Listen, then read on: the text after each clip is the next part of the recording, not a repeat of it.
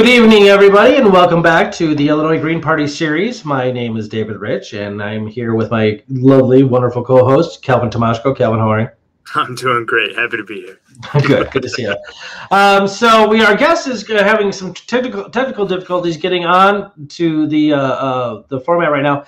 So we're going to give him a couple minutes. We're just going to kind of chat amongst ourselves about some things. So I'm actually very excited about this guest because we're going to be talking about police and prison reform. This gentleman's name is John Keating. He is a Green Party member who ran last year for state representative in the 96th district, which is around Springfield, Illinois. So right in the thick of the politics.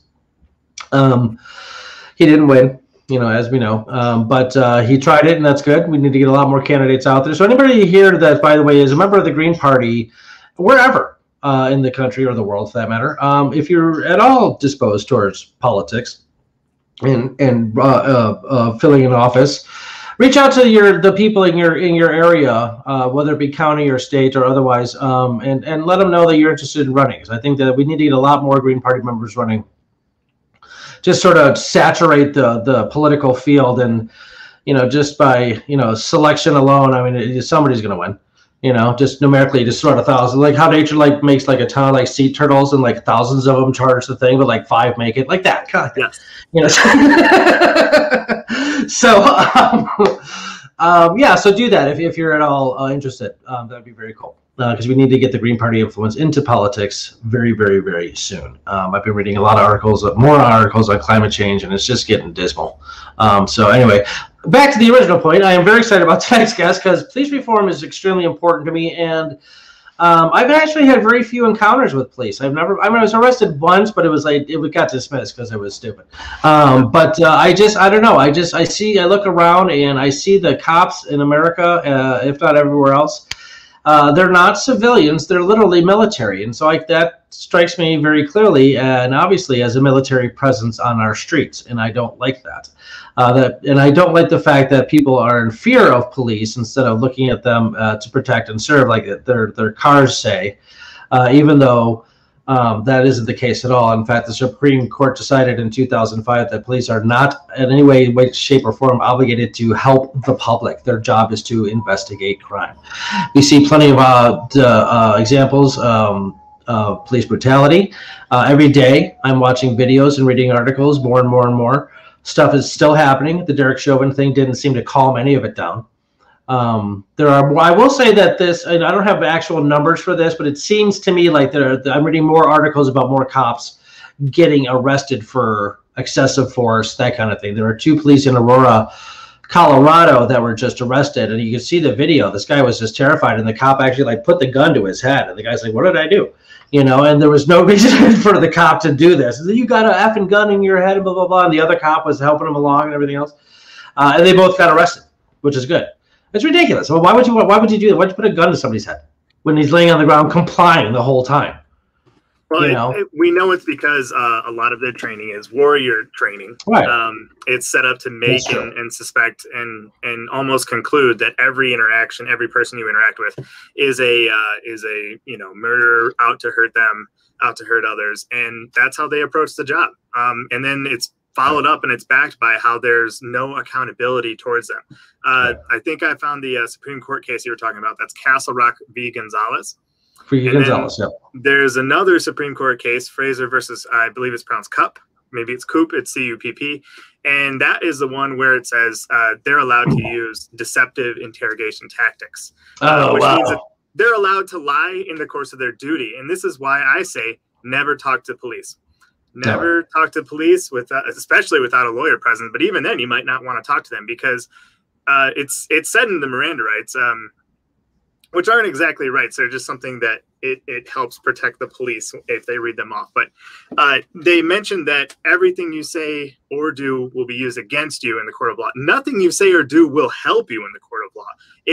It won't be allowed to even be spoken about in the court. So every time a police officer comes up to talk to you, be like, "Oh, have you seen so-and-so gentleman walk this way?" or something. It could be a lie because they could be investigating you, right? So never speak to the police. And you can find countless speeches online. I wish I found it ahead of time, but there is a very, very famous one, at least on YouTube standards, that a professor and a legal scholar talks about how you should never talk to police. And he said, I've invited a police officer to come speak after me and to refute everything I say. I don't care, but I'm going to say my piece, and then the police officer is going to say his piece. And then the longtime detective comes up after his long spiel and says, yeah, everything you said is true. Everything you say or do will be used against you. So please don't talk to the police. They are legally, the Supreme Court backs it up, allowed to lie to you in the course of their investigation, and you would just be helping them in pinning yourself in that investigation. And then also, yeah, they're not there necessarily to protect you in that other Supreme Court case, Castle versus Gonzalez. So yeah, they've just become the most untrustworthy organization that there could ever be. And I'm excited to talk about reforms for sure, because we need community control of the police. And we have a little bit of celebration on that in terms of Chicago. We did pass the, I live in Chicago, so I'm saying we, but the Chicago people and the city council passed the ECPS. That's the Empowering Communities for Public Safety. And that was a coalition between the CPAC group, so that's Civilian Police Accountability Council, and the GAPA, which is a Grassroots Alliance Against Racism, I believe. Wait, GAPA, am I saying that right? Nope, I'm not saying that right. I gotta look at my notes, but here we go. Grassroots Alliance for Police Accountability. I was saying it wrong. And the people who were behind CPAC are the Chicago Alliance Against Racist and Political Repression. So these two groups came together and they helped pass the ECPS ordinance. And it's one of the few times in, I believe, American history where there is true local public control, or at least some public control over the police force that seems to reign terror wherever they go. Yeah, no, exactly. Reign of terror is a good phrase for it. They've taken polls, and people, the overwhelming majority of people have said that when they see a cop, they become frightened, they become anxious, they become paranoid. They don't feel safe and protected. And so, again, these guys are walking around like they're going into Fallujah, and they're just tons of weapons and, bodyguard and stuff like the body armor and stuff like that. I'm like, especially, in Mundelein, Illinois, where I grew up. I mean, I think it's ranked like the 13th or 14th safest town in the state or something. It's super safe, and these guys are just overwhelmingly loaded with all this protection. I mean, how could you possibly hurt a cop in Mundelein? I mean, no cops don't get shot in Mundelein. It's ridiculous. So, and by the way, who's paying for all that? We are. And one thing that I think this entire police system has lost sight of is that police get their authority over us from us. Elected officials, are the ones that can commandeer a police department for sure. The mayor of a town can fire the chief of police. He can reduce the amount of officers needed, that kind of thing. But I think that tends to, you still have local politicians who get into the same under the sheets with the cops. Hey, there we go. Hey, what's up? How you guys doing? Good. How are you, John Keating? Yes. Yes, sir. All right. Sorry for running a little late on you guys. I appreciate you guys speaking with me this evening. No, we were just sort of going over we were just talking about cops and how awful they really are. I see you and I are both in the same studio. Yes, sir. Interesting, because I look around and I don't see you. But anyway, welcome to the show. It's the green screen. It really works. It hides me. I love it. I found this on accident. Last week. It's fantastic. Anyway, so yes, John Keating, thank you so much for coming on. John Keating is a member of the Green Party. He ran for the 96th District for state representative last year, which again, this is about like the Springfield area, right in the thick of the Illinois state politics, which is very cool. Good to meet you. I've heard good things about you, and we're very excited to have you on today to talk about police and prison reform. What I hear is that you have some insights there. Yeah, we've been dealing with some issues here locally at the Sangamon County Jail, and I've also been partnering with a prison review group out of Iroquois County, Illinois, that has had 2 deaths in their jail in the last 6 months, and the Illinois State Police are dragging their feet there. Wait, how many deaths? In Iroquois County, there have been 2 in the last 6 months, and they haven't received a report. Here in Sangamon County, we had Jamison Cody was killed. The coroner's report said homicide, and there have been no charges filed. and that was at the end of April. And so we're just looking for answers on those cases and trying to see what keeps going wrong. This keeps happening in our jail. And then I've also had some interactions with some pro-police organizations here in Illinois over the last few months that will have amounted to what looks blatantly like intimidation. So it seems like, as we know, when you start holding them accountable, then they try and push back in any ways that they can. They are not our friends. We have a few of those images of some of those correspondents that we can put up on the screen a little bit later. I'd like to hear more about the causes that you're working with. What are the coalition groups, and how are you guys hoping to approach this?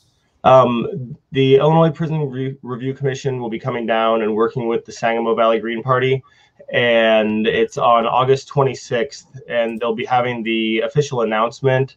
There's a few different I believe tomorrow or the next day at the latest, and it's going to be targeting a few different locations, various police and training headquarters in the Springfield area. Like I said, because of the issues that they've had with the state police, and then the issues that we've had at the Sangamon County Jail with Jack Campbell. So where could people find more info on this to get more of the details? It will be on the Sangamo Valley Green Party Facebook page as soon as we have that. And it's, like I said, it should just be in the next day or two. We're just finalizing the initial meeting point. Okay, so when you talk about these cases and, like, you know, the charges haven't been made yet, that kind of thing, how do you get to that date, that information? Is this all public record? As far as charges go, charges are public record and can generally be found on your county website. And we have also pushed heavily for these officials to make statements. In the case of Jamison Cody, Jamison Cody was killed at the Sangamon County Jail on April 27th. He went in and was under the influence of methamphetamine and was having a mental health episode. And we see so many times folks going into these jail settings where they're not prepared to handle these mental health issues and episodes. And 18 hours later, he was seen self-harming in his cell. And when they pulled him out, there was a scuffle. He doesn't appear to be really resisting. There's a scuffle, and then the video cuts for 91 seconds. And when it cuts back in, Jamison Cody is motionless underneath two officers. And they say that he was tasered in that time. That's not something that we can see how many times he actually was tasered. And the coroner actually even said that it made his job harder because he doesn't have what's supposed to be clear-cut visual evidence to make his recommendation. But we are glad that he still followed through and labeled it homicide on the death certificate. That way we can push for accountability from the officers who, one of the craziest parts to me is normally we complain because the guys aren't fired, they're not charged, they're just put on administrative leave. As of right now, the two officers that were involved haven't been identified or placed on leave. So they've been working consistently since April 27th, despite having killed a man. Right. Yeah. I don't know how you can face yourself for doing it, but that goes into another story. We'll talk about why all cops are psychopaths later. I'm not even kidding. Yeah, so I want to just mention, I just want to bring up a couple stats real quick to give people a perspective on policing in America. For about a year and a half now, I spent hours a week researching policing in America. So for some reason, it just became kind of a forefront issue to me. I just saw, the whole Derek Chauvin thing. I saw it going all, just crazy all over the place. And I started to realize more and more what police actually are. Now, first of all, police, and I said this already on the show, but you're here now, John. Police are not civilians. They are military. Okay, that's why they have privates and sergeants and majors and lieutenants and captains and so on and so on. Okay, and for having a military outfit of any kind, running, driving around on our streets, to me screams, a military occupation. It's a military occupation of our streets. Okay, and also, you know, people like, you know, well, they're here to make us safe. Well, no, they're not. In fact, 2005, what was it? Coldwater? What was it? Cold what? Versus Gonzalez? Yes. Oh, it was Castle versus Gonzalez. Castle Rock versus Gonzalez in 2005. The Supreme Court decision was that the police are not in any way obligated to help the public. Their job is to investigate crimes, which explained a lot to me. A, why some of them just don't do anything, and B, why every time when I watch these videos online about a simple traffic stop and like somebody's photographing from away, like, you're interrupting my investigation. I'm like, why would you call a traffic stop an investigation?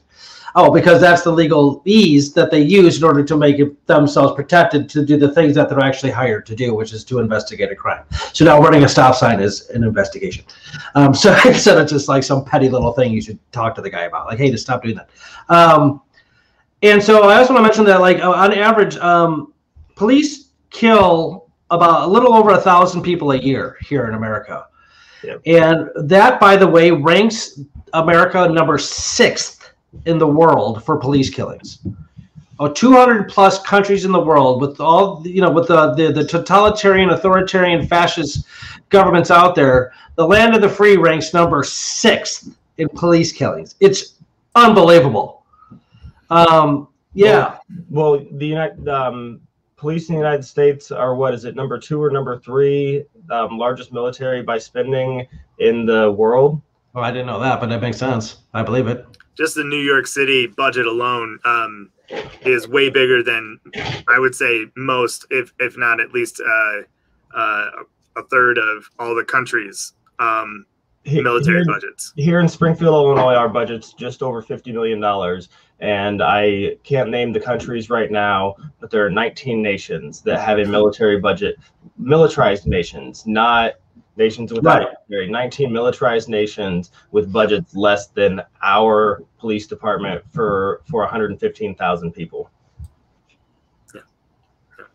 So I want to do something that's not exactly exciting, but could you please spell the city that you're from? That way I can share a link and folks can find the sources. It's Springfield, Illinois, and it's the Sangamo Valley Green Party Facebook page. SANGMO. Okay. SANGAMO. Got it. Valley Green Party. That's funny because the private chat says, "How do you spell SV?" I'm like, "Really? It's SV." Anyway. I know. I'm just teasing. Yeah, and there's a lot more stats too. So there turns out there's about 31 million plus seconds in a year, right? You know, it's time durations. And police make over 10 million arrests per year in America, which means that there's somebody arrested in America every 3.1 seconds. Wow. That's a lot. Now, I think a lot of people would say the same thing, including legislators nowadays, and I think we're probably making some headway. What we definitely have with the pot thing is that the war on drugs is a huge part of this problem, because it just definitely targets minorities, which makes it just systemically racist, and unfairly for sure, disproportionately for sure, and like just the ridiculousness of charging somebody, you know, arresting somebody, putting them in jail for having like an eighth bag of pot, three grams of pot, is really pretty insulting, especially when alcohol is legal and alcohol does about 1,000 times more damage than pot ever possibly could, you know. So it's just, there's obviously an agenda behind this. It's obviously not about rationality or our protection. You know, when they found out that, you know, marijuana is a Mexican word, and, you know, back in the day in the 20s when it was first made illegal, there was, you know, the oil companies and the, you know, the rope companies and everybody's chiming in because hemp is such a fruitful, bountiful plant. They weren't having it. And also, you know, the minority thing. I mean, who smoked a lot of pot back in those days? Well, the jazz players did, and most of the jazz players were black. And again, marijuana, like, it was a big part of the Latino community as well. So, well, we can't have that. Opium wasn't illegal until the late 1800s when they found out that Asians were doing it.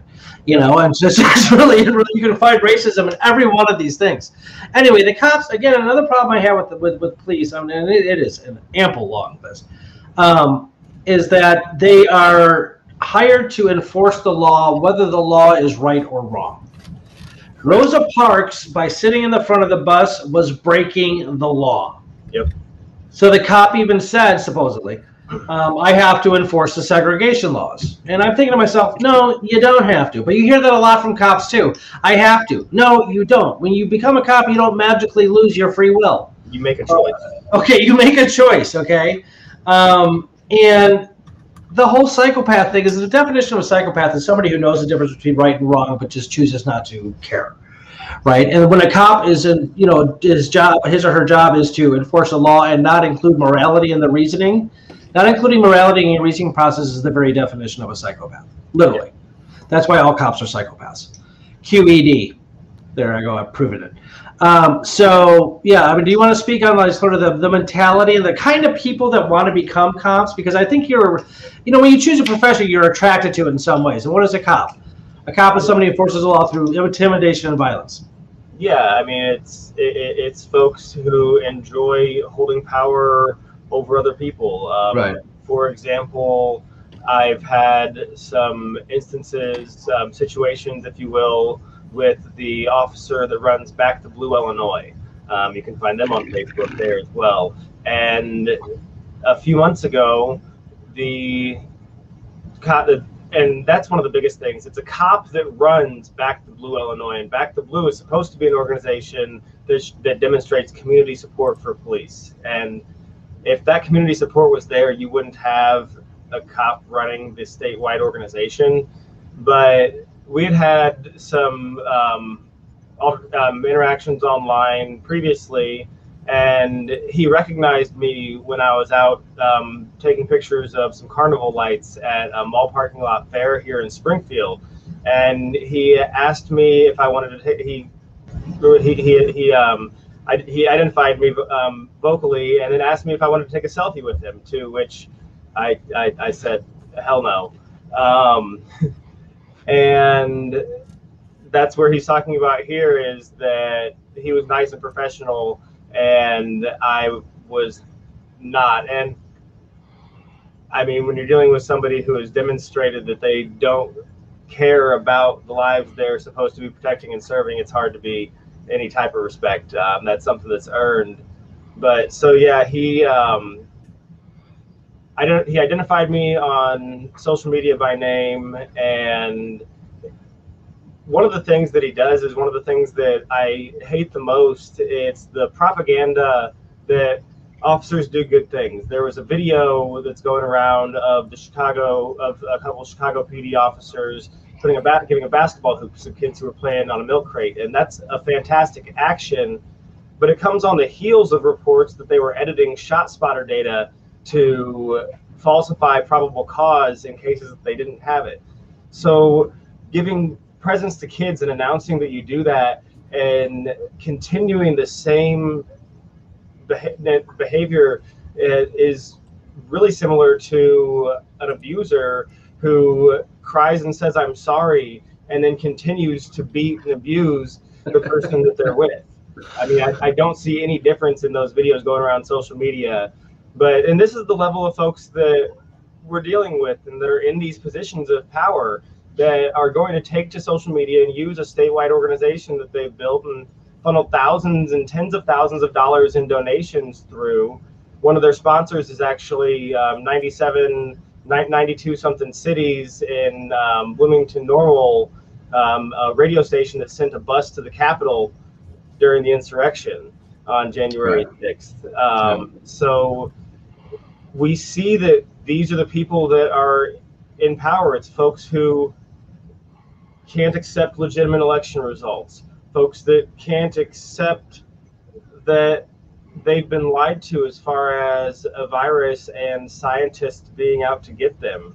And that's the people that are often in these positions. I've had, in addition to Back to Blue, Illinois, I've had Springfield, Illinois police officers inbox me on Facebook, essentially talking, and then received apologies from the chief a few hours later when he has to talk to them about harassing activists. And that's what we're doing, is we're advocating for causes. We're not out there for ourselves. if I was doing this for me, I wouldn't do it anymore for all of the things that I've gone through in doing this. And one of the things that worries me about getting targeted by Back to Blue Illinois is they deal with dozens and dozens of small police departments across the state. They give out their signs, they go do photo ops, things of that nature. And the Springfield police, they know who I am. They have, if they need something, the chief calls me or one of the assistant chiefs, and we deal with things and we move on as far as any of the actions that happen in town. But I don't trust the professionality of these small departments. And for instance, this evening, I found out that a picture was posted on Facebook by a prominent Springfield citizen who was actually really nice. And once everything was cleared up, but this person posted a $50 reward for my cell phone number and a picture from their security camera that was not me. And I was informed that the Leland Grove police chief is the one who identified that as me to her. So I have police chiefs in these small municipalities that are identifying me to people who are then going and posting this information, accusing me of things on social media. And if that's the type of people who we're trusting and our children are trusting to do the right thing, then they've shown that that's not going to happen, and we need to do something different. Yeah, it's really sickening stuff. And I want to share one more image that was shared by our director. But I also want to mention that part of this is that they don't receive repercussions. They're protected, one, by investigating themselves, and then the people who are prosecuting them are the people who work in the courts, and they work with these judges on a weekly basis, and they have something called qualified immunity. They also do something called civil asset forfeiture, where they take stuff from suspects that may or may not be related to before they've been tried. Before they've been tried, even if you're proven innocent or have not, you don't get it back. Broken any laws, you don't get it back. Nope. So they have this thing called qualified immunity, and I've been so disgusted by this idea because surgeons don't have qualified immunity. Surgeons are held liable. They hold people's lives in their hands. They deal with traumatic situations. They deal with people who are lost in the moment due to a need for drugs and withdrawal. And they're mandated to carry insurance because of this. Not that I want the insurance industry whatsoever to profit from compensation for anybody. And qualified immunity was originally part of the Omnibus Criminal Justice Reform Bill that passed earlier this year and was taken out and then was being pushed separately. But the centrist and Dixiecrat Dems downstate were too afraid of the backlash they got from the Omnibus bill that the qualified immunity bill died in session. And that one, not just because of what it is, means a lot to me, but we have a specific case here in Springfield where a man whose daughter was killed by the young girl's mother and her boyfriend via neglect. They were both sentenced to prison, and then this man 6 months later was pulled over in Springfield. He's from Decatur, and he's placed in cuffs. They said they smelled marijuana, which shouldn't be able to be used as probable cause because you could have been transporting a medical patient or whatever. We're in a legal state, get with Maryland. But they put him in the car, and then he came back and he's like, hey, we tested this and it came back with meth.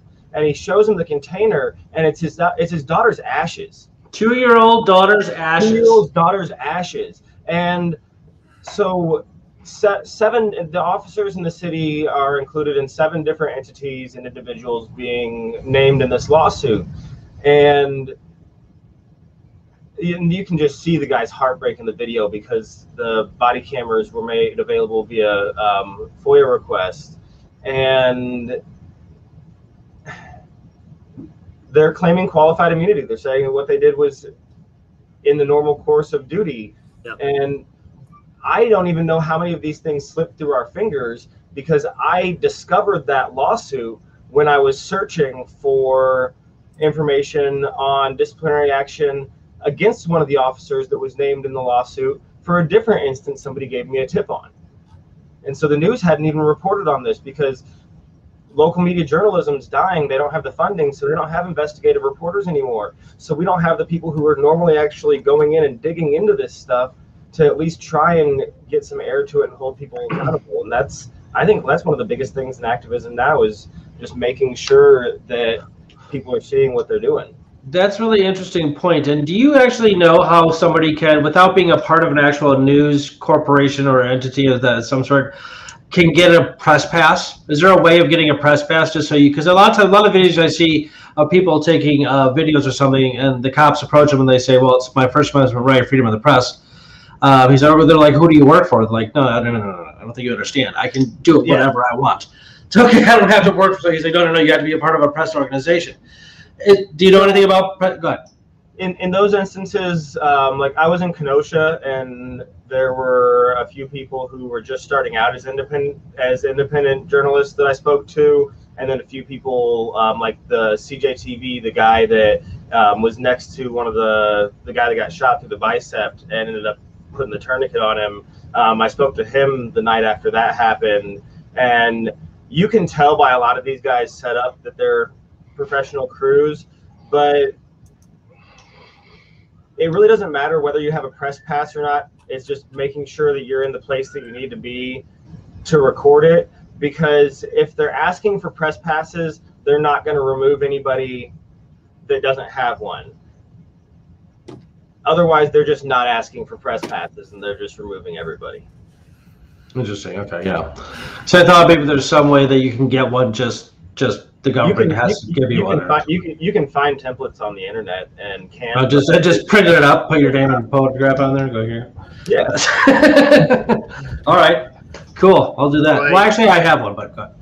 I brought up qualified immunity, and I wanted to mention this story just because it is this disturbing. So it's something that we see other fields don't use. They don't have this complete unaccountability and impunity in terms of consequences and repercussions.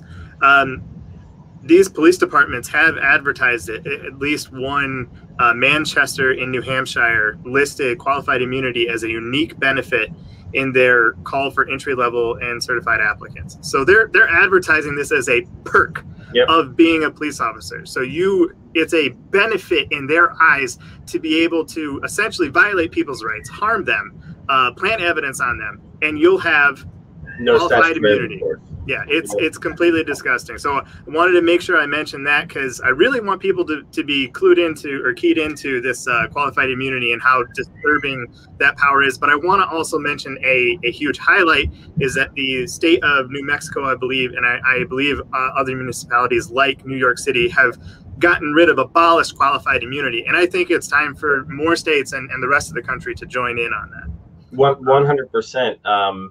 And it needs abolished on a national level, but qualified immunity isn't the only thing that needs to go. We need to make sure that we have a process to actually prevent these officers from committing a crime or participating in misconduct and violating someone's rights in one organization, and simply quitting before the investigation is complete, so the investigation doesn't finish, and getting a job at another law enforcement organization. Downstate here, we have the police chief in Taylorville, Illinois, killed a man when he was working in Wheeler, Illinois in the mid-2000s. And he fired a gun through the window of a moving vehicle with no regard for anyone who was around. And a car that witnesses say, countering his story that the car was coming at him, that witnesses say the car was pulling away from him. And he quit. He didn't get any further investigation on him or any punitive penalties. And he comes down, and a couple years later, he's the chief in a lily white town of 20,000 people in downstate Illinois. And that happens again and again. So you can't just remove qualified immunity. You have to actually make it so they can't go back into law enforcement as well. Yeah, and this is why we need community control of the police, because community needs to have hiring and firing capabilities when it comes to who's being a public servant. They're supposed to be public servants in your community. So you're going to be directly affected by how those police go about their work. And I mean, to hire someone that has been in previous cases of misconduct, who has used an abundance of overuse of force, and no actual community would hire like somebody who has that kind of a record as a police officer. Obviously, they can handle that privilege, and they definitely don't need to keep working in that sector. So just because you're a town over or 2 towns over, I don't think you should get hired. And that's why I support the ECPS movements like in Chicago. I think those are extra great. And we talked a little bit about that before you came on, John. I wanted to share one last image that our director said to share, and it's disturbing. It's not a bad image, everyone, so don't worry about that. But it is a disturbing practice that we see, and it's about overuse of tasers. So I'll add that to the stream now. And I think our director pulled this from maybe a Facebook post. Is this your first time seeing this, John? No, actually, I actually pulled the quote from a State Journal Register article and made this graphic. Okay, good. So you're familiar. So tell us about this. What's going on here? So at the end of April, Jamison Cody was killed, and I say killed without hesitation because the coroner marked it as homicide. He put it as in the environment of methamphetamine intoxication, but it was homicide. So his death was caused by someone else. He was killed after being tased in the Sangamon County Jail, and in 2010, Patrick Burns was tased 25 times. Is how many times the tasers were discharged at the Sangamon County Jail. And his daughter, Allie, who was 16 at the time, and her younger sister have both come out and spoke at rallies against qualified immunity and in advocacy of charges for the officers that killed Jamison Cody. And it's just heartbreaking seeing these families. And then in 2007, we had Richard Carlisle. He was tased to death in the Sangamon County Jail. Since the mid-2000s, there have been approximately 105 taser-related deaths in situations of incarceration. 3 of those have been here in the Sangamon County Jail. Wow. It's just an overwhelming number, and the Federal Bureau of Prisons doesn't utilize tasers. The Illinois Department of Corrections doesn't utilize tasers. The Federal Bureau of Prisons actually said they don't because tasers have a high propensity for abuse in the setting of incarceration. And so we're seeing just again and again people being shocked to death, given the electric chair essentially prior to even seeing their day in court. And then we have now Jack Campbell wasn't the sheriff at that point. He was deputy sheriff, but he's now the sheriff when another man was killed, and he's telling people that he doesn't think you can tase somebody too much. And this was on the heels of somebody dying after being tased 25 times. That's crazy. Wow. That's not too much according to the culture and the mentality that is running our county sheriff here, and it's terrifying, honestly. Oh, it is terrifying. I think, David, did you have a thought? Go ahead. Me? Yeah, did you have a thought? Go ahead. I've had a couple of my day. I wonder, I saw a video recently about, I don't remember where it was, but there was a small little, very peaceful protest, and there was a lot of moms there and kids. So it must have had, I'm wondering if it had to do with education. I'm not sure. Well, also you see the cops like haul off one of the moms, and everybody's freaking out like she didn't do anything, blah, blah, blah. Anyway, somebody found, other citizens in that town found the address of the cop who arrested her and held a protest outside their house, his house. Is that a thing? I mean, how do you find a cop's home address and like hold a protest outside their house in order to like just annoy the crap out of them to the point where maybe they'll just quit their job? Well, so I've never done that. I've never done it outside of their house. Through community pressure on social media and by pushing local media to investigate, we've pushed 2 bad cops out of law enforcement in the last year and a half here in Central Illinois. But I've never done it outside of their home. Honestly, I was an insurance agent for 3 years, and if somebody said, "Oh yeah, Billy Bob's my cousin, and we have cancer that runs in our family," then we would just go on whitepages.com and look up the name. So if you have somebody's first and last name, you can get pretty good hints nowadays. It's how I've been doxxed a few times. Is that right? But and these officers aren't necessarily. They're not careful with their identities, even when they're trying to be. There's a local officer. He actually works for the Brooklyn, Illinois Police Department down in the Metro East area, who goes by Kal-El, Superman's Kal-El name on social media, but his Facebook URL link is still his first and last name. And that's how I figured out it was an officer messaging me that I ended up speaking to the brass about. So they try and hide their information, but they're not great at it. And we've even seen at protests, I'm not sure if you've seen the videos from Chicago last year, or it might have even been back a few years ago, but where the officers, they were being identified by their badge numbers and their nameplates, and people were going through complaint records live and identifying officer complaints over the megaphone at a protest. And I'm not sure about going to somebody's home. I don't mean they weren't standing on his lawn. Okay, but no. They specifically said we're not. No. There were 2 cops in the driveway, and they were very friendly with the cops. No. They weren't. No. They were on the sidewalk or in the street.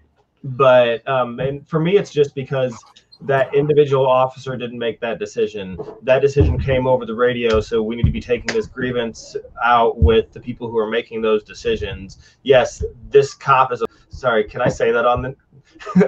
We try to not swear too much. I didn't mean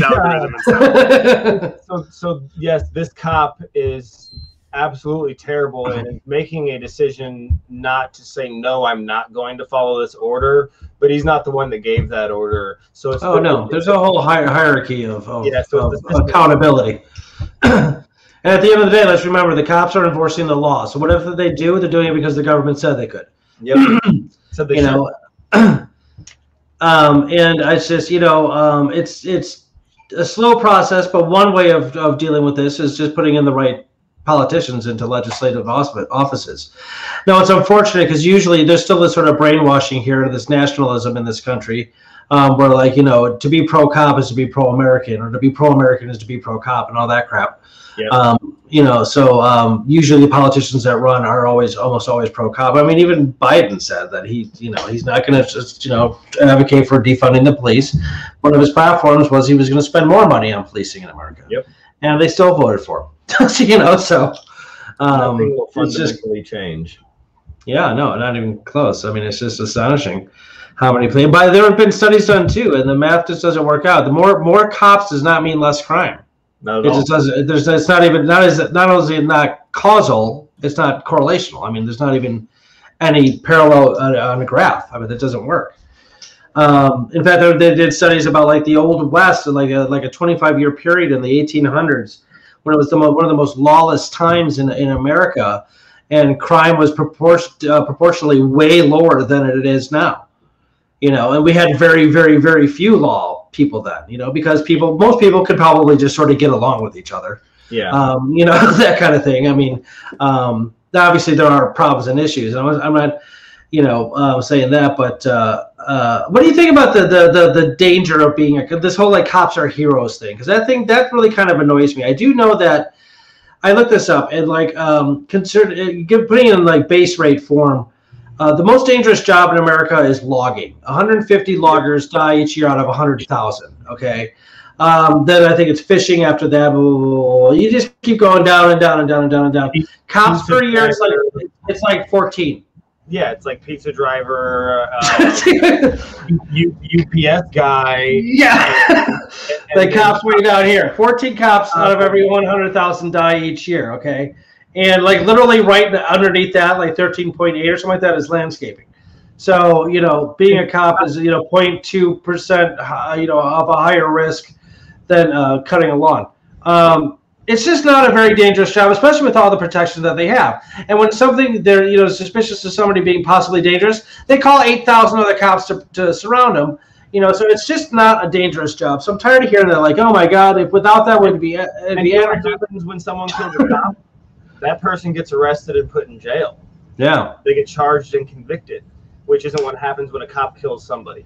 And that's another interesting and very unfortunate thing too, because I mean, even what was the conservative Supreme Court judge last year, Gorsuch? Yeah, the guy kept saying "golly." Golly, it just drove me crazy. Anyway, he even said that one sign of a true democracy is when the government is not above the law. Yeah, and I'll just further elaborate on that. One sign of a true tyranny is when the government is above the law. So you can connect the dots there. You know, you know, cops are above the law. That's a problem. Yep. And we've seen that again and again. But no, I don't feel that we should be giving them attaboys for doing a dangerous job when it's a job that they willfully choose. They take this job because they know they can work X amount of years, and then they can get their pension and they can retire, likely just like their dad or somebody else in their family has. They don't take this job because they want to help people. They take the job because it's a paycheck. It's similar to, unfortunately, however many nurses and healthcare professionals we've learned after the COVID vaccine don't get into healthcare to help people. They get into healthcare because it's a steady paycheck. That's what we see in law enforcement. So I don't think that if you're choosing to assume that risk, then I don't think that's something that we should go above and beyond and thank you for. No. Yeah, no, I know some surgeons that probably I would say, you know, 8 out of 10 of them are all megalomaniacs. They like the idea that they have the power of life or death in their hands. Period. It's all ego. But they also are perfectionists and excel to make sure that they are the best of the best. And so maybe it works out fine. But yeah, you kind of have this expectation of like, you know, you're doing this because you're a compassionate person and you want to save people's lives, not because you're just so self-absorbed. You know. I'll take an officer to do and then retire. Right. Sorry, Calvin. Go ahead. I'll take an officer when they turn in a bad cop. I'll take an officer when they testify that another officer overstepped their bounds. Right. I'll take an officer when they do true good for the community, and I know that they don't stand idly by while other cops abuse their power. Until I know that, I don't trust the police, and they haven't earned the trust of the community at all. There's been too many instances where we turn the other cheek, or we're perfectly okay with them having administrative leave for a month, and then they get to come back on the force in full. It's garbage like this where if there is somebody who is a whistleblower within the department, we know what happens to them. The thin blue line gang mentality happens to them. They'll fear that they won't get back up for when times are scary. They'll be harassed. Maybe you know, something will go missing in their own home.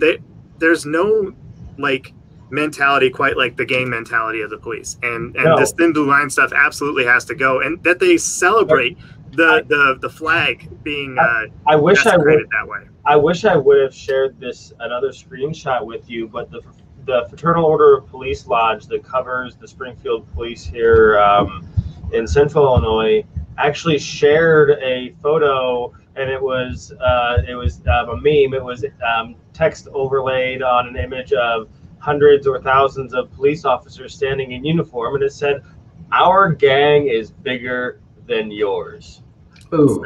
You're not supposed to be a gang. You're supposed to be public servants. Exactly. Wow. And these are the people who are advising and walking officers through lethal force situation litigation. And this is why when the officer claimed she thought it was her taser instead of her gun, yeah. She was the Kim, I can't remember her last name, Porter, Kim Porter, was previously the president of the police union. So when she resigned immediately before they had a chance to discipline her and take her pension away, that's what she had been training and walking officers through how to do her whole career. So she knew the playbook. And we have here in Springfield, I'll even go as far as saying, Assistant Chief Scarlett and Chief Winslow here, there's some things that we definitely don't see eye to eye on, but there's some issues that they've actually been trying actively to solve, and they're still fighting in litigation.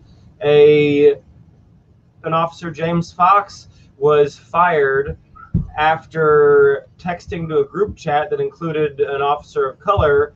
You got me out here like an 1800 house. Oh, whoops. Insert slur. Yeah, we get it. Yeah. And he was fired, and the union successfully fought arbitration, and he's been ordered to be rehired by the Springfield. Wow. You know, and that brings up an interesting point too. They're still fighting it. To their credit, they're still like, no, this isn't. Especially with all the things we have going on right now, we can't add you back into the mix. And that's the thing, is these police unions just work so hard to keep the people that we've proven are the bad apples. And they say, oh, it's just the bad apples. Well, then why do you keep fighting to keep the bad apple employed? Cut it from the tree. One bad apple destroys the bunch. Yeah, I know. And so Calvin and I are both big fans of worker co-ops and unions and, you know, labor rights and that kind of thing. And I'm a big fan. I was a union steward for a little over 10 years, and I love it too. But like, it just seems so just cockamamie and stupid how the police unions protect these guys, like you said. Yeah. Like, oh, they murdered somebody, but we're going to go ahead and fight to keep their job. I mean, I don't understand that sort of mentality. My dad was a labor organizer when I was growing up. I mean, picket lines was where I got my first taste of activism. Oh, nice. I'm a massive labor activist, and we've been trying to do things to educate and organize low-wage workers in our area recently, especially with the living wage shortage. Not a labor shortage, the living wage shortage that we've been seeing. But yeah, police union does not operate in the same manner as any other union, and they should be covered by AFSCME just like everybody else that works for the city. Here's what I say when most recently where people think police unions are part of the labor movement. Police unions are the only unions that will purposely get in the way of union efforts. They're the only ones who will break up a strike. And in this instance, they actually. I have my dad being pepper sprayed and hauled off by police officers at a labor action in the 90s. Right. Yeah. Any supposed union, the FOP is this, that breaks up other union efforts is no union. It's no part of the labor movement. And in this instance, in Alabama, they're striking coal miners right now, and they've been striking for, oh gosh, has it been like 6 months or maybe more? They're already planning like Christmas strike and events, and they've been struck by cars. Multiple times. I think it was 4 the last thing I watched. And a police officer saw the event and then chose to do nothing.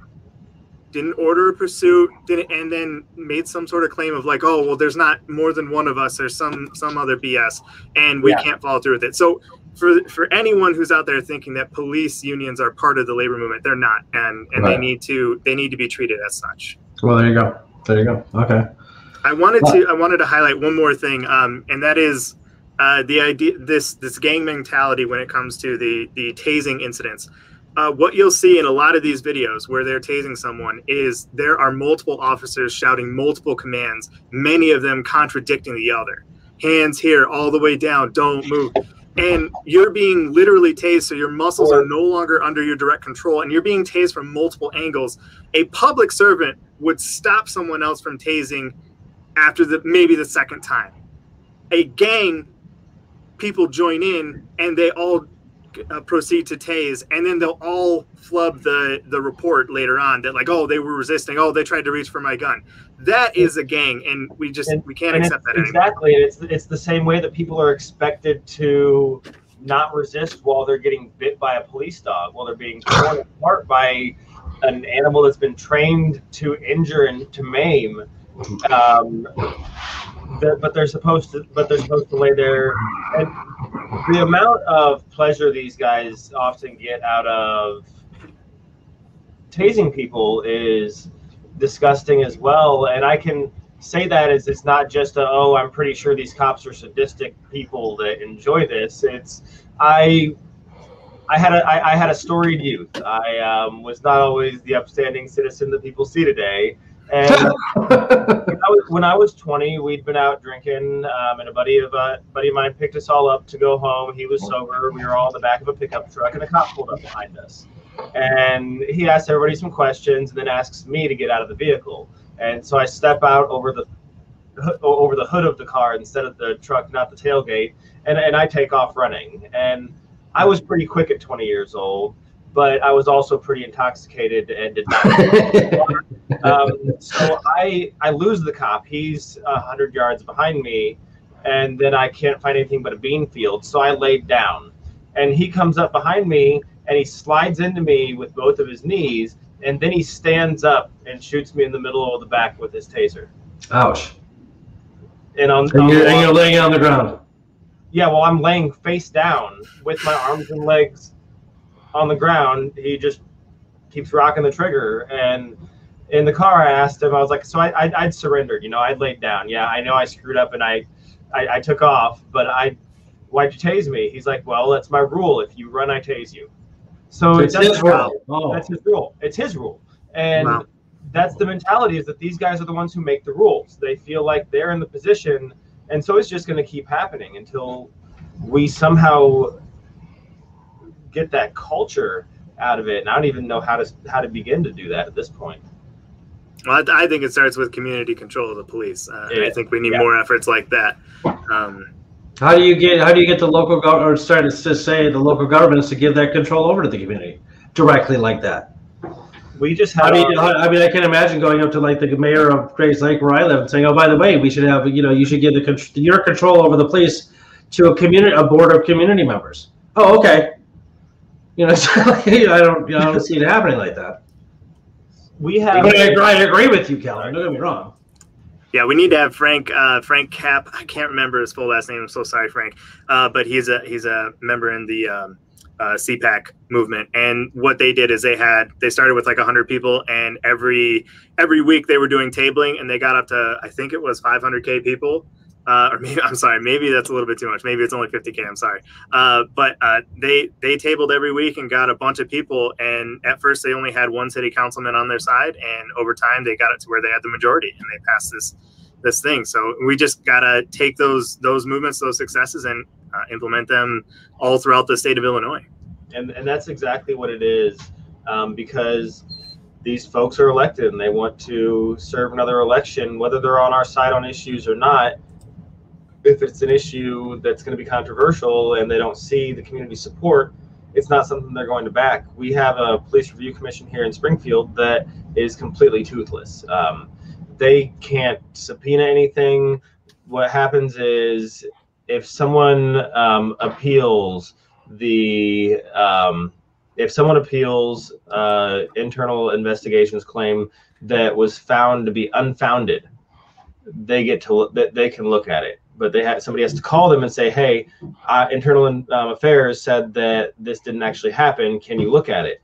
So it doesn't matter what kind of punishment an officer receives. He can receive 1 day paid administrative leave, a 1 day vacation, a week vacation. It doesn't matter what the infraction is, the misconduct is. The review commission can't do anything at that point because he's already been disciplined, and our review commission is collectively bargained for some reason here in Springfield as well. The Fraternal Order of Police gets to say how the citizens are able to have for when officers aren't held accountable. We had a couple of our aldermen here that had agreed to put more teeth into the review commission, and they were pushing for subpoena power, and it looked like they were actually going to put it up for a vote. And that's just the start, is needing to be able to actually see these records and see what happened. And subpoena power got backed off of, and the local president of Black Lives Matter got put on the police review commission that still has no teeth. So despite having an advocate there, and that was another issue, is those review commissions are often appointed, so they're generally retired law enforcement and people who have worked on that side, which is what at least 40% of our review commission was. That's why purposely in the ECPS ordinance, you cannot have been a previous police officer or work for the DA. You need at least 2 years of community service experience. So this ordinance is big. It really is a first step for the country. So I'm pretty stoked that we're coming up close to the hour. It's okay to go a little bit over. Could you remind us again what the major event is coming on August 26th that we're looking for? August 26th, it's an action to highlight 2 deaths that still haven't been ruled on by the Illinois State Police that happened in the Iroquois County Jail, as well as the death of Jamison Cody that happened in the Sangamon County Jail in April that hasn't been ruled on by the appellate prosecutor. Our state's attorney here handed Jamison Cody's death off to as independent counsel as he has available. The feeling that I have from sources close to it is that there aren't going to be charges, just like every other time something happens. Well, that man was alive, and then the video cuts out, and then he's dead. Something happened in that time frame that they're going to end up getting away with, and we need to bring attention to when people, every time something like this happens, we need to be completely at their throats about it and not stop, because the only way we actually get accountability is if we look for it. They didn't release the video until they had already run out of time on their FOIA, on the FOIA requests that I'd filed and that a few journalists had filed. I mean, they fought releasing the video for a black man who's experiencing mental health crisis that was shot by an officer and thankfully lived. They fought in Chatham, Illinois. They fought releasing that for nearly 2.5 months, and then they released an edited version before we got the FOIA version. So staying on them is the only way that we're going to get them to actually do anything, because they're the ones who are holding themselves accountable. They're the only ones with the power to do anything. Our sheriff's department here is completely autonomous, and the jail, the county board members can't even do anything to oversee what's going on there.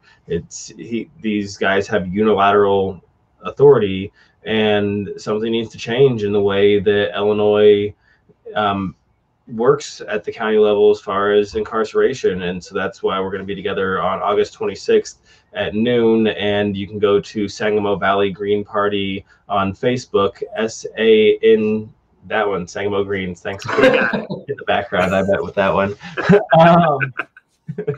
But you can go to the Facebook group or the Facebook page, and we'll have information on that in the next couple of days so we can get people out there, because that's the most important thing, is not just having actions and showing up, but having actions where the community is involved, and you can demonstrate to the people who are going for more votes next year that, hey, these are people who are loudly saying they don't agree with how you are doing this, and it needs addressed, or we're just going to get bigger.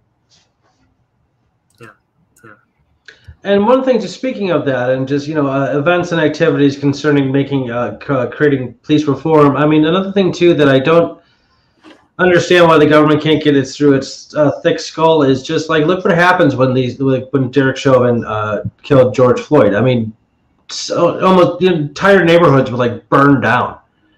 Massive loss of property and physical injury all over the country. And why? And it's I'm not saying it was right or wrong. I'm not taking a position on it. I mean, I have one, but I'm not going to say it here. But it definitely got them to listen. and it definitely took, drew attention to what was going on. And some people think that if that didn't happen, Derek Chauvin would not be in jail right now. And I don't know if we can obviously falsify that. We don't know if that's true or not, because this is how it happened. Just for practical reasons and safety reasons, maybe you should stop,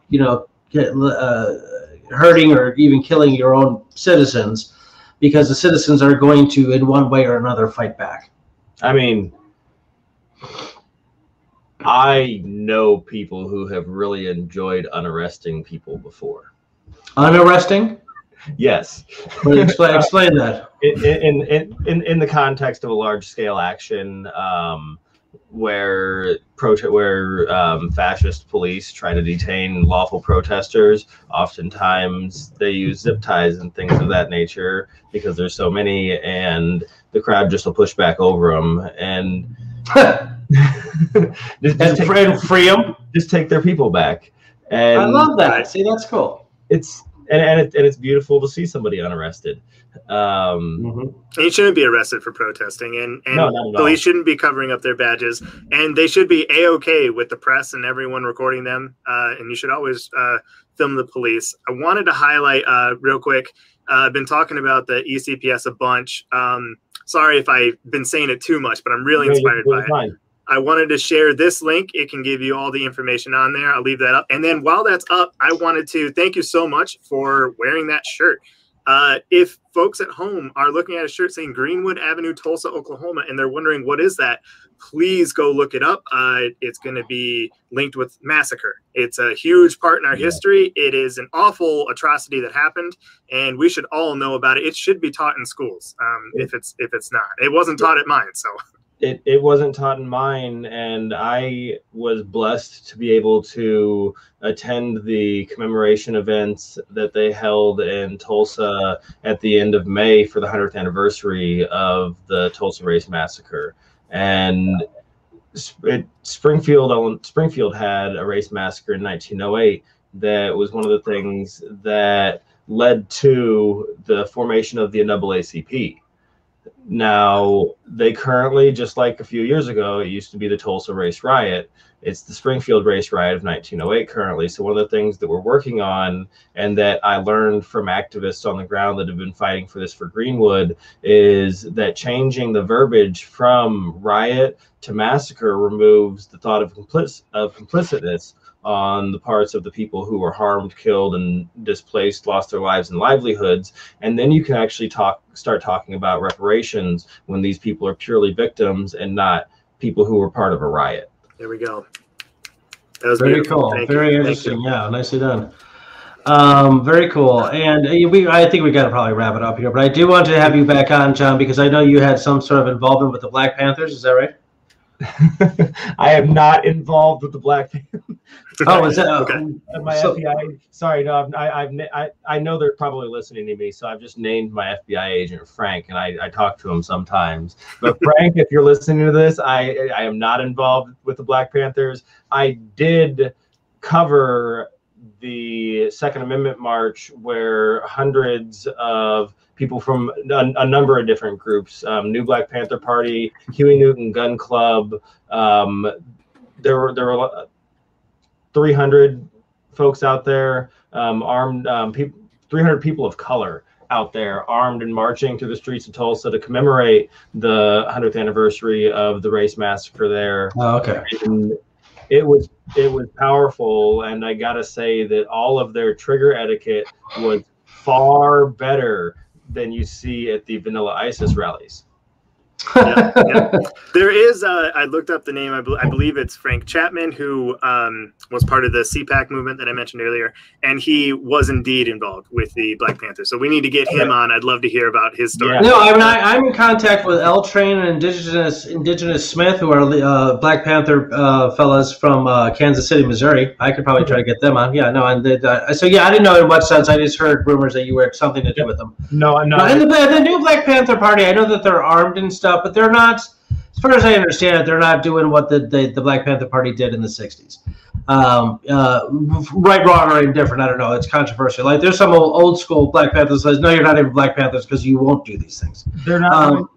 From my experience, and even what I saw they're not doing the community organization. They're not implementing and creating programs to take care of their communities outside of what's being done by the system that they're trying that they're fighting against. And it's one of those things where you can agree with people who are fighting to the end of their argument for why they need and deserve the things they're fighting for, but you can understand that the ways that you go about it might not be the most successful in the long run. Well said. Okay. And real quick, just to add it off, have you heard of the 1900 Supreme Court decision concerning Black Elk versus USA? I have not. Nobody's heard about this. This is one of the best kept secrets in our judicial system.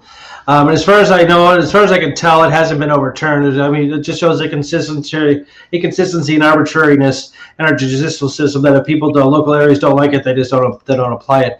In 1900, Black Elk versus USA, basically the Supreme Court decided that if an officer is accosting you in an unlawful manner, you actually have the right to physically resist them to the point of killing them.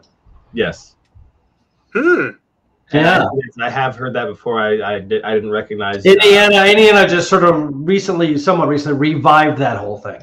Yep, and I mean, it really falls in line with what they like to stand behind all the time in the Castle Doctrine. It's if you are being imposed upon to the point where your life is in danger, you should have every right to make sure that isn't the outcome of that event. And it doesn't matter if it's somebody who has a badge, if they are there should be no lawfully killing you. But if they are unlawfully killing you, then you should have every right to fight back to any extent that you need. Yeah, I think the whole idea of resisting arrest needs to go away. You should be able to even if it's just like fidgeting and stuff, because they abuse it. I saw a former police officer say they get trained to say stop resisting over and over and over again in case people are watching.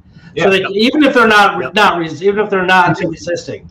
And it affects people's memory when that's repeated over and over, because adrenaline affects the way that memories solidify in your brain so much. You're not going to remember that thing you saw once, but what you're going to remember is that officer, and he's a cop, so you're supposed to trust this guy saying stop resisting, stop resisting. So that's what's burned into your brain. And then when you go to recall the story, it's like, well, the guy was resisting. Why was the guy resisting? Because the cop was yelling at him to stop resisting. Right. And this is why we need to defund and refund better parts of society. We need to have better schooling, better community services. We need to have better trained people to come out to whatever the occurrence is and deal with it in a better manner, much like mental health counselors and community counselors. So absolutely. I loved all this discussion. I really thank you for coming on and talking about it. Thank you again for the shirt. I appreciate you guys having me. I know that there was an attempt to coordinate something on this topic a few months ago, and I apologize that I had things happen. But as of right now, actually, I just got blown up with a few more messages. I'm going to have to go attend to this person that was informed by the Leland Grove police chief that I am the person on their video, that they are still, despite having a phone conversation with me, they are sending pictures of me from 2 years ago from my Facebook to my phone next to this screenshot. Are you sure this isn't you? Are you sure this isn't you? Great. My hair is about 3 times that long now. Well, I appreciate I gotta go deal with your efforts here. So, okay, John. Wish you the best of luck talking about these topics. Yes, thank you, John Keating. Thank you so much for coming on again. If you need any support or help or any more exposure, let us know. We'll have you back on the show again. I have 1,000 more things to talk about, please. I can talk about 1,000 things, so absolutely. I'd love to be on again. I look forward to it. All right, again. Okay, so thank you very much, Calvin. Thanks for hosting with me tonight. This is a really good one. One dear to my heart. Everybody just remember: no justice, no peace. That says it all. No justice, no peace. Yes, all right, everybody. Thank you for joining the Illinois Green Party series. I'm your host, David Rich, with my co-host, Calvin Tomasco. Our guest, John Keating. Thank you again. By the way, that John Keating is the actor from Dead Poets Society, played by Robin Williams. Very cool. Until next time, everybody. Be good. Be green.